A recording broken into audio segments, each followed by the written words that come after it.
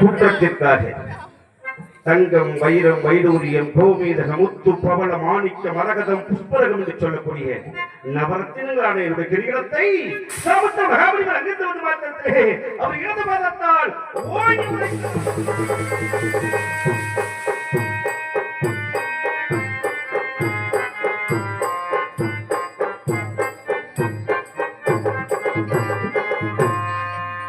யாதொரு குற்றம் தன்னை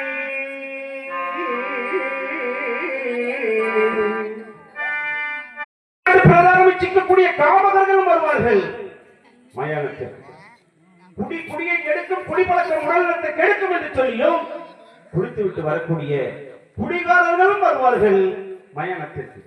இப்படி உயர்ந்தவர்கள் வருவார்கள், தாழ்ந்தவர்கள் வருவார்கள், இருப்பவர்கள் வருவார்கள், இல்லாதவர்கள் வருவார்கள், ஆடி முடித்தவர்களும் வருவார்கள், ஆசை வழி போனவர்களும் வருவார்கள் மயானத்திற்கு.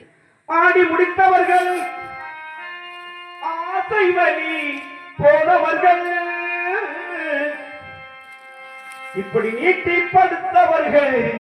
காசி மாநகரத்திலே எனது மனைவியையும் மகனையும் கிரயம் செய்துவிட்டு இந்த பாவி நான் தன்னந்தனியாக நின்று புலம்பிக் கொண்டிருந்த பொழுது என் மகன் திரும்ப ஓடி வந்து என்னை இருக்க கட்டிப்பிடித்து, தந்தையே என்னையுமா ஐயகத்திலே விட்டு விடுவீர்கள் என்று இறுக்கி கட்டிப்பிடித்தால இந்த பாவி நான் அவனை உற்று முகர்ந்து வாரி அனைத்து, மகனே நான் உன்னை கிரயம் செய்யவில்லை மகனே,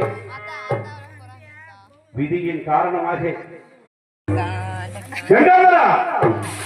56 தேசத்திற்கு ஏக சக்கரவர்த்தியாக வாழ்ந்த இந்த அரிச்சந்திரனை தனிமைப்படுத்தி அடிமைப்படுத்தி மயானத்தை நோக்கி நிறுத்தி வைத்திருக்கின்றாயே, என்ன சோதனை அப்போ, என்ன சோதனை?